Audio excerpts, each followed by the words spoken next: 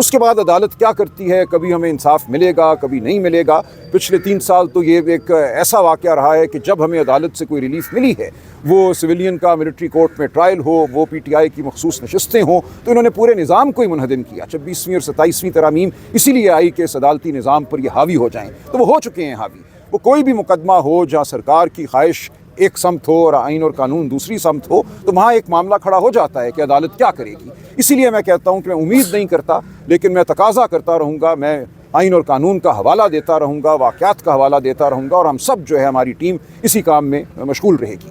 نہیں ہوتا صاحب آج کیا بات اٹھا رہے ہیں جو اپیل دائر کرنے جا رہے ہیں؟ دیکھیے، سریحا نے خلاف ورزی ہوئی ہے حکم کی، اس میں تو بڑا آسان معاملہ ہے نا، صرف واقعات لکھنے ہیں۔ جو حکم تھا وہ یہ تھا کہ ہی ول بی شفٹڈ ٹو شفا international for examination and treatment. یہ بڑا اہم ہے کہ صرف ایگزامن نہیں ہونا تھا، ٹریٹمنٹ بھی وہاں ہونی تھی۔ یہ دونوں کام نہیں ہوئے، کچھ بھی نہیں ہوا۔ سر آپ کیا سمجھتے ہیں کہ اگر آج یہ درخواست جو ہے آپ کی لے لی جاتی ہے اور اگلے ہفتے آپ جس طرح کہہ رہے ہیں فکس ہوگی، تو اس میں جو بینچ ہوگا وہ وہی ہوگا یا بینچ تبدیل ہو سکتا ہے؟ توہین عدالت میں تبدیل بھی ہو سکتا ہے۔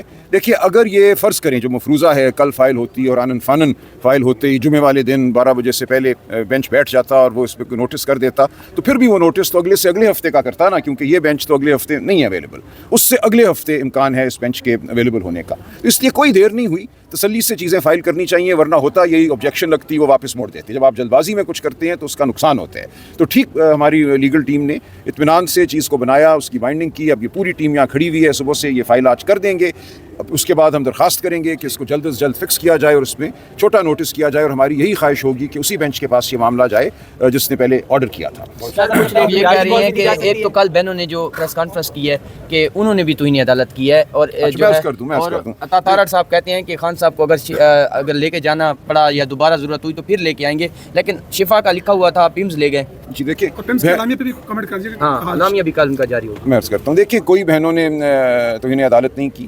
عدالت کا حکم یہ تھا کہ شفا انٹرنیشنل میں جو میڈیکل بورڈ عدالت کے حکم کے تحت بنے گا، اس بورڈ کی جو بھی رپورٹ ہوگی اس رپورٹ کے اوپر سیاست نہیں کی جائے گی۔ یہ تھا عدالت کا حکم، اور میری انڈرٹیکنگ عدالت کے سامنے۔ میں نے عدالت کو کہا کہ جو رپورٹ ہوگی وہ پیشنٹ اور پیشنٹ کے خاندان کے پاس ہی رہے گی، سیاسی جماعت کا اس سے کوئی تعلق نہیں ہوگا۔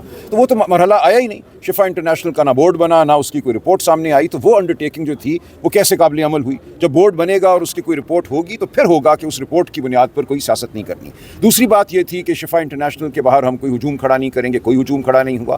جو گاڑی فیصل سلطان صاحب کو لے کر گئی، جس کے ارد گرد پولیس کا بھی ایک پورا اسکارٹ تھا، اور امپریشن یہ دیا گیا، تاثر یہ دیا گیا کہ اس میں عمران خان صاحب ہیں، لوگ فٹ پاتھ سے پھول نشاور کرتے رہے، اس میں فیصل سلطان صاحب تھے، تو کوئی رکاوٹ نہیں تھی۔ وہ پورا قافلہ اڈیالہ سے نکلا اور آرام سے وہ شفا انٹرنیشنل پہنچا اور پھر واپس بھی آ گیا۔ تو بالکل یہ جھوٹا بیانیہ ہے کہ کوئی سیکیورٹی کا مسئلہ تھا یا رش تھا سڑکوں پر، ایسا کچھ بھی نہیں تھا۔ رات سے مولانا فضل الرحمان صاحب کی بیٹھک لگی، اس بیٹھک کا کیا مقصد تھا اور کیا عدم اعتماد کی طرف جا رہے ہیں؟ پی پی بھی کہا یہ جا رہا ہے کہ پاکستان پیپلز پارٹی کا مائنڈ سیٹ یہی چل رہا ہے کہ وہ عدم اعتماد کی طریق لائے، کیا اس میں شامل ہوگی پی ٹی آئی؟ دیکھیے، پی ٹی آئی اور کل جے یو آئی کی بہت ایک اچھی نشست ہوئی، میں وہاں موجود تھا۔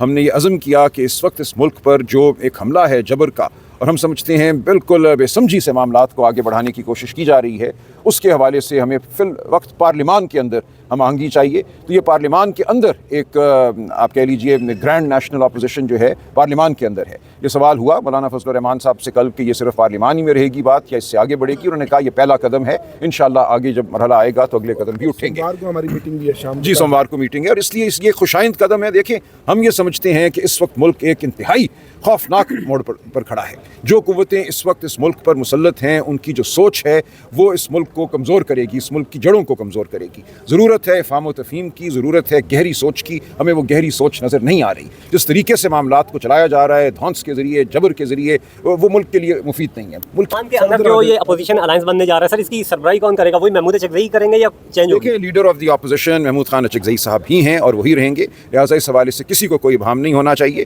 گرینڈ نیشنل اپوزیشن ہے اور leader of the opposition Mahmood Khan Achakzai ہیں، قومی اسمبلی میں اور سینٹ میں علامہ ناصر عباس۔ اس